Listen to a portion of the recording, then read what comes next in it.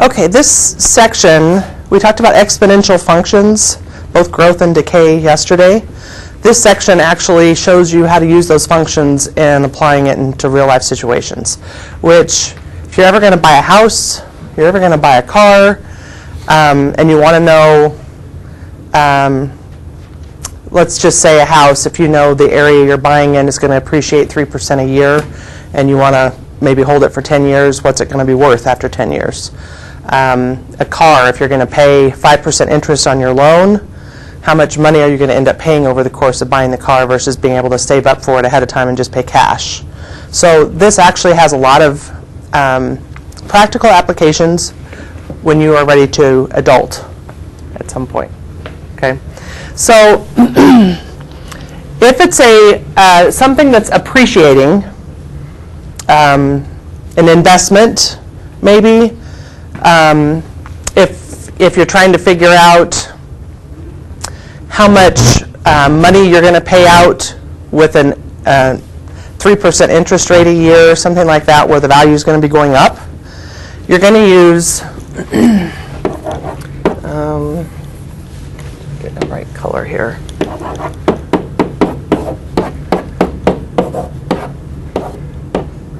Is that what I want? 1 plus the rate. Yes. This is helpful when it's an annual interest rate. Okay, it's compounding annual. And does anybody know what compounding means? Compounding interest rate versus simple interest? Let's talk about that for a second. Okay, let's say you go to the bank and you have a savings account. You give them $5,000, and you want to, and they tell you you're going to earn 1% of interest, and it's simple interest. It's not compounded. Okay, and it's paid out annually. What's 1% of 5,000? What's 10% of 5,000? 500, and 10% of that? 50, right? So 1%, you move it over twice, right? 10%, you move it over once. 1%, you move it over twice. So on $5,000 investment, if you get 1% interest, every year you're going to make $50 profit on your savings account. Okay? And if they tell you it's just going to be simple interest, every year they're just going to put in $50 into your account. $50, $50, $50. Okay? If it's compounded, after year one, you're going to have $5,050 in your account. And now they're going to give you 1% of this, $5,050, not 1% of your original investment. And so this compounding interest has the ability to actually give you a better return on your money because you're making money on your interest. Does that make sense? Okay. This is, if you're interested in the financial field at all, I was an investment advisor for 5 years. This is how, if you want to invest in the stock market, and on average you're going to make 7 to 8% a year if you do it balanced, not just going real aggressive, but you do it balanced. If you know that, you can run some projections and say, if I'm going to start with $10,000 over the course of 10 years, I'm going to make 7 to 9% on my money.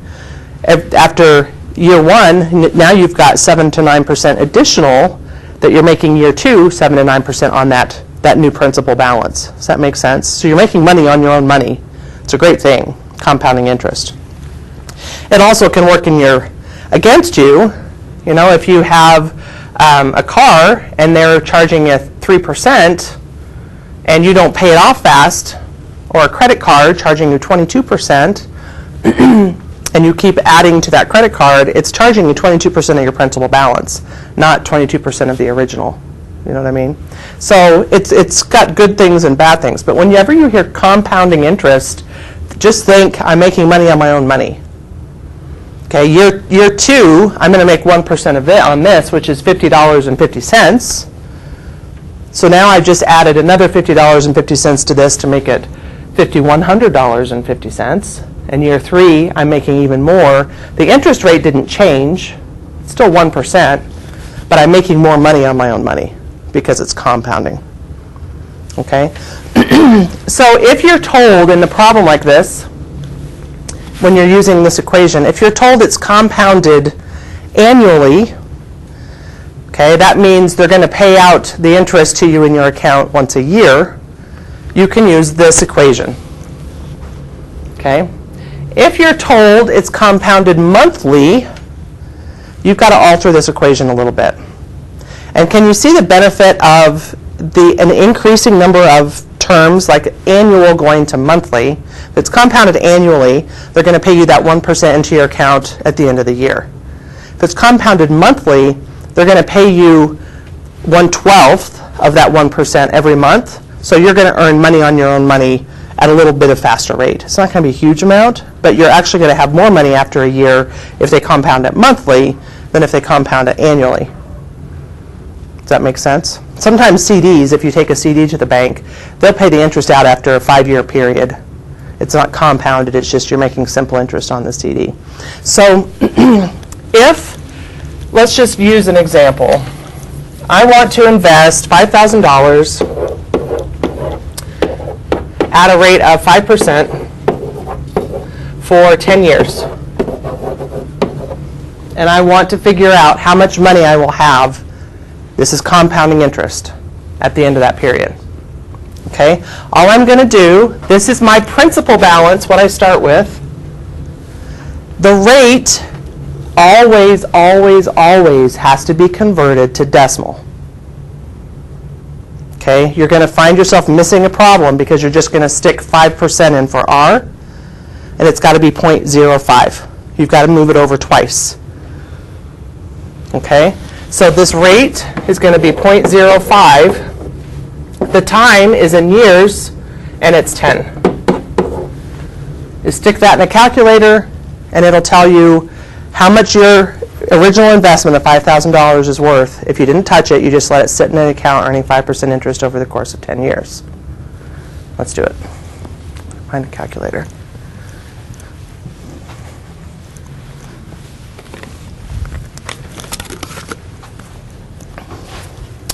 $5,000 times 1 plus 0.05 is 1.05 raised to the 10. $8,144. Okay? So this actually has practical application in your life if you know this equation.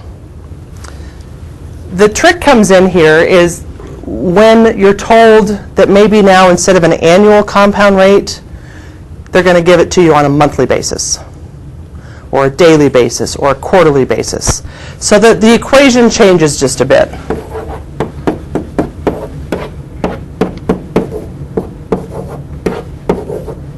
I'm adding an n in there. And it really was in this one, but n was 1.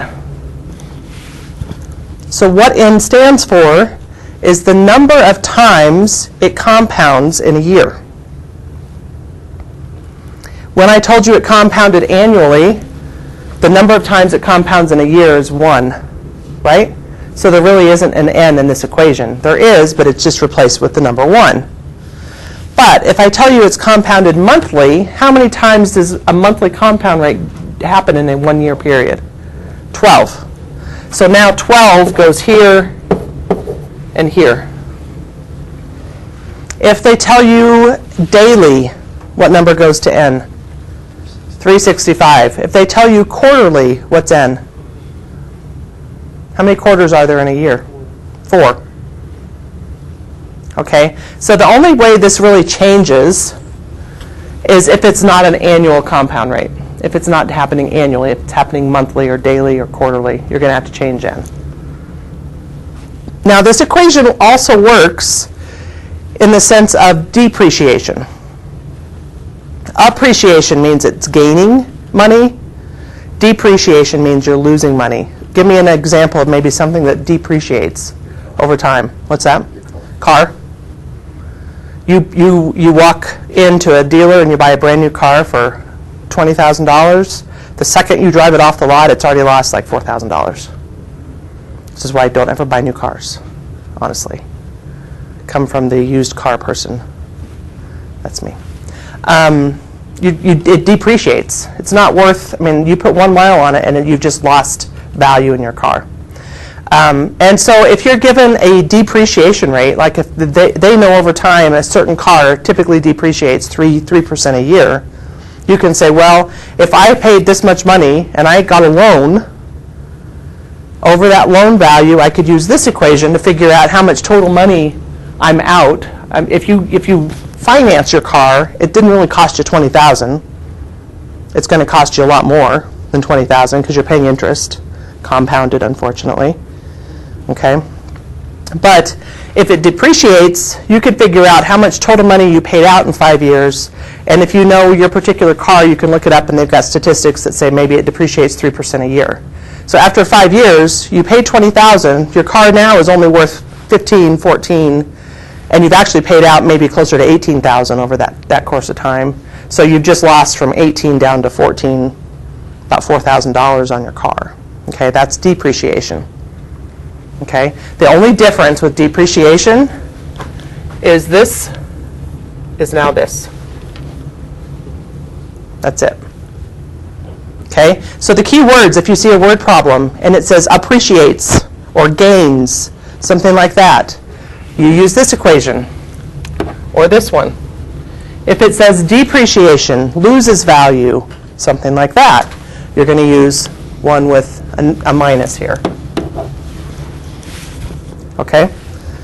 The other big thing to remember with this, you've got to convert that to decimal every time. Okay? This is understanding this concept, particularly this one, is going to come into play tomorrow because I won't be here, and I will probably record something. There is a good video. If you haven't, I mean, I would encourage everybody to watch it, even if you're not one that normally watches the videos. Because we're going to talk about the number e, and the number e is derived from this equation. And we'll talk about that tomorrow. But understanding how this equation works and what all the variables are in it will be helpful tomorrow. Okay? So the web work for this homework is really applying this type of equation to population growth, population decrease, increase in your money, decrease in your money. Finally, we get to something in math that actually has a practical purpose. Woo! Took us years to get here, but what I also want to do is go through a couple problems on web work from yesterday toward the end.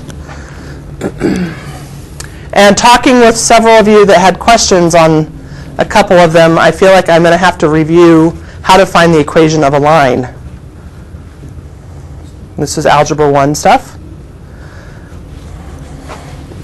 And I'm just going to use, I don't know.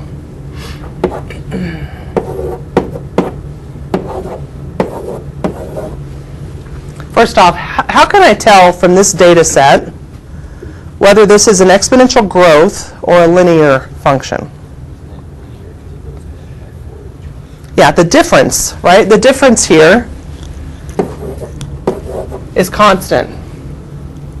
If I were to find the slope, I would take what? If this is x and this is y, 28 minus 24 is 4. 2 minus 1 is 1. Slope is 4. The slope here, 24 minus 20 is 4. 1 minus 0 is 1. Slope is 4. Constant slope. That's a linear function. Okay? If I have this data set and I need to find the equation of the line, well, the equation of a line is this, right? What is m? Slope. And I just found it, 4. What is b? Y-intercept. How do I figure out where that is from this data? It's when x is 0.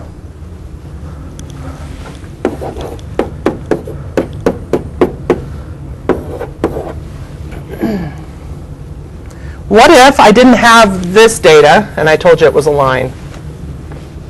Then I have y equals 4x plus b. How do I find b? If it's not just given to me like it was in the last. Plug in a point. Is this coming back? This is Algebra 1. We talked about it at the very beginning of this class. I just pick a point, 1 and 24.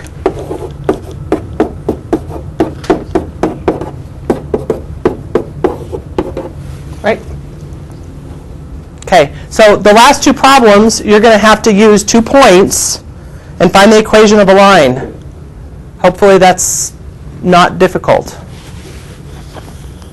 But they also want you to use some points and find the equation of an exponential function. They give you different data.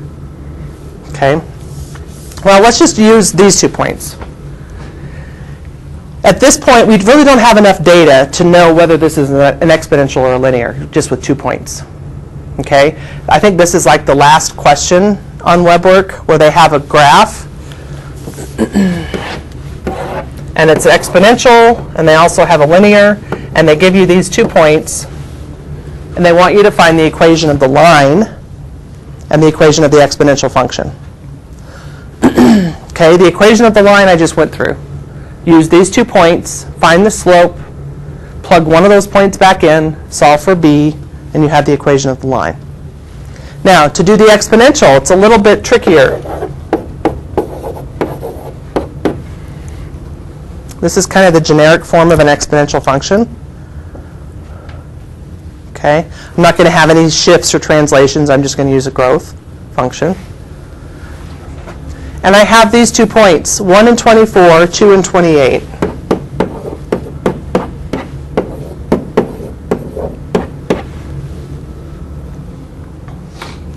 Okay, if I plug in these 2 points for x and y, I'll get 2 different equations. Okay, we've done 2 equations, 2 unknowns in this class. Okay, when you're using exponential, the easiest way is to substitute, not eliminate, because you aren't going to have any add or subtract variables. But if I set this up, I have this one, right? And if I set this one up, I have this one. My 2 unknowns are a and b. Okay, so it's going to be pretty easy. I'm just going to solve for 1. I'll solve for a. A equals 24 over b. I'm going to plug this in for a here. So I get 28 equals 24 over b times b squared. All right, if it helps, put this over 1. So if I have a b squared here and a b here, what do I do to the exponents? Subtract. So this is 28 equals 24b. So b equals 28 over 24. What is that? 476. Put that back in here. If I divide by a fraction, I multiply by what? The reciprocal. The reciprocal is 6/7, so I'm going to multiply this by 6/7. I can't really simplify this. So a is equal to whatever 24 times 6 over 7 is. And I think to make it simple in WebWork, just make it a decimal and round it maybe to a 1,000th place. 24 times 6 divided by 7. And then 7/6 is 1.17. I'll make it 6/7. I know a and b now, so I just write it now. Y equals 20.57 times 1.167 raised to the x. Just going into my original. I solve for a and b, then I write the final equation with y and x in there as variables. Okay, a little more complicated than just the equation of a line, but it's just 2 equations, 2 unknowns, solving for one variable in terms of the other and substituting. Okay, so that's the last couple of problems in finding the equation. The second to the last one's pretty easy because they give you 1 point as 0. I don't know if it's 20 or not. But if I plug that point into this equation and x is 0, what happens to the b term? It drops out, right? Because b to the 0 is just 1. And then I just have a equal to, in this case, 20. And once you know a, then it's easy to solve for b using the other point. So the second to the last problem, maybe number 6, is really easy to find the equation. The last problem is going to take a little more work. All right.